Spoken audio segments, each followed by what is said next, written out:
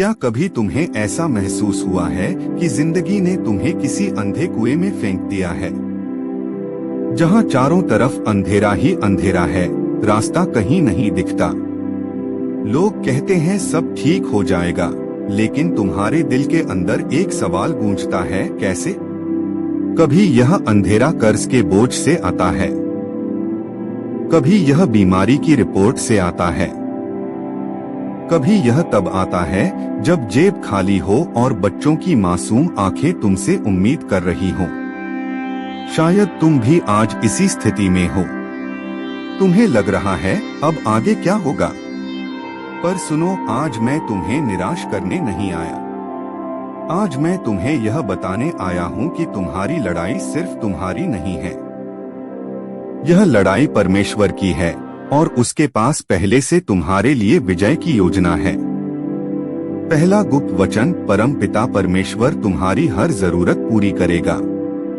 फिलिप्पियों 4:19 कहता है, मेरा परमेश्वर अपनी महिमा के धन के अनुसार मसीह यीशु में तुम्हारी सब आवश्यकताओं को पूरी करेगा।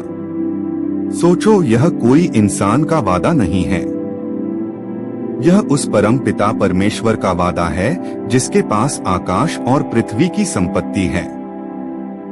जब पौलुस ने यह वचन लिखा था, वह किसी महल में नहीं बल्कि जेल में था। उसके पास पैसा नहीं था, आजादी नहीं थी, लेकिन उसके पास विश्वास था। विश्वास की ईश्वर कभी अपने बच्चों को खाली नहीं छोड़ता, और यही विश्वास तुम्हारी जिंदगी बदल सकता है। दूसरा गुप्त वचन, यीशु के कोड़ों से तुम चंगे हो। यशायाह 53:5 कहता है, उसके कोड़ों से हम चंगे हो गए। यह वचन सिर्फ बीमारी के लिए नहीं है, यह तुम्हारे हर टूटे हुए हिस्से के लिए है, तुम्हारे शरीर के लिए, तुम्हारे मन के लिए, तुम्हारे रिश्तों के लिए। कभी डॉक्टर कह देते हैं अब कोई उम्मीद नहीं, कभी दर्द इतना बढ़ जाता है कि आंखों से आंसू अपने आप बहने लगते हैं। पर याद रखो, यीशु ने वह दर्द पहले ही क्रूस पर उठा लिया है।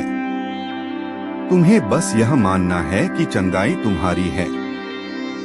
एक औरत मेरे पास आई थी, सालों से बीमार थी, इलाज पर हजारों रुपए खर्च हुए, लेकिन हालत बिगड़ती ही गई। मैंने उसे सिर्फ यही वचन दिया, यीशु के कोड़ों से तुम चंगे हो। उसने इसे रोज बोलना शुरू किया। आज वह पूरी तरह स्वस्थ है और गवाही देती है कि परमेश्वर ने उसे छुड़ाया। तीसरा गुप्त वचन, आकाश का भंडार तुम्हारे लिए खुलेगा।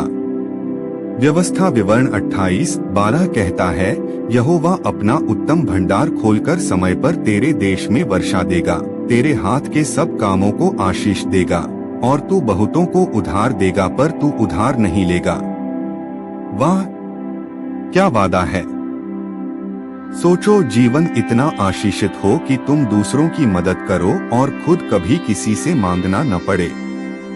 गरीबी हमेशा इंसान को नीचे झुकाती है, लेकिन आशीष तुम्हें ऊपर खड़ा करती है। संतोष नाम का एक लड़का था, गरीबी में पला बढ़ा, कभी कभी खाने को भी नहीं होता था, लेकिन उसने यह वचन पकड़ लिया, मैं उधार नहीं लूंगा बल्कि दूंगा। वर्षों तक उसने विश्वास से यह वचन बोला। आज उसके पास इतना है कि वह गरीब बच्चों की पढ़ाई का खर्च उठाता है। उसका कहना है, मैं गरीब पैदा हुआ था, लेकिन परमेश्वर के वचन ने मेरी सोच और मेरा भविष्य बदल दिया। अब सवाल, इन वचनों को जीवन में कैसे उतारें? सुनो और दोहराओ, हर सुबह और हर रात इन वचनों को जोर से बोलो। प्रार्थना करो, इन वचनों को प्रार्थना में दावा करो। विश्वास से चलो, डर या नकारात्मकता के बजाय विश्वास के कदम उठाओ। कृतज्ञ रहो, जैसे परमेश्वर ने पहले ही सब कर दिया है, वैसे धन्यवाद दो। बीज बो, आशीष का हिस्सा जरूरतमंदों में बांटो। तीनों वचनों की ताकत। पहला वचन तुम्हें जरूरत से मुक्त करता है, दूसरा वचन तुम्हें बीमारी से मुक्त करता है, तीसरा वचन तुम्हें गरीबी से मुक्त करता है। ये तीनों मिलकर तुम्हारे जीवन के लिए एक ढाल बन जाते हैं। एक सामूहिक प्रार्थना। आओ मिलकर प्रार्थना करें। हे स्वर्गीय पिता, मैं तेरा धन्यवाद करता हूँ क्योंकि तू मेरी हर जरूरत पूरी करता है। यीशु के कोड़ों से मैं चंगा हो चुका हूँ। तू अपना आकाश का भंडार मेरे लिए खोलता है। मैं आज विश्वास से घोषित करता हूँ कि मैं कर्ज, बीमारी और गरीबी से आजाद हूँ। मैं तेरे वचन में चलता हूँ और तेरी आशीष मेरी पीढ़ियों तक बहती रहेगी। यीशु के सामर्थी नाम में आमीन। दोस्तों, आज तुम्हारे पास 3 चाबियां हैं। इन्हें रोज इस्तेमाल करो और देखो कैसे परमेश्वर तुम्हारी जिंदगी को बदलता है, क्योंकि उसका वचन कभी खाली लौटता नहीं।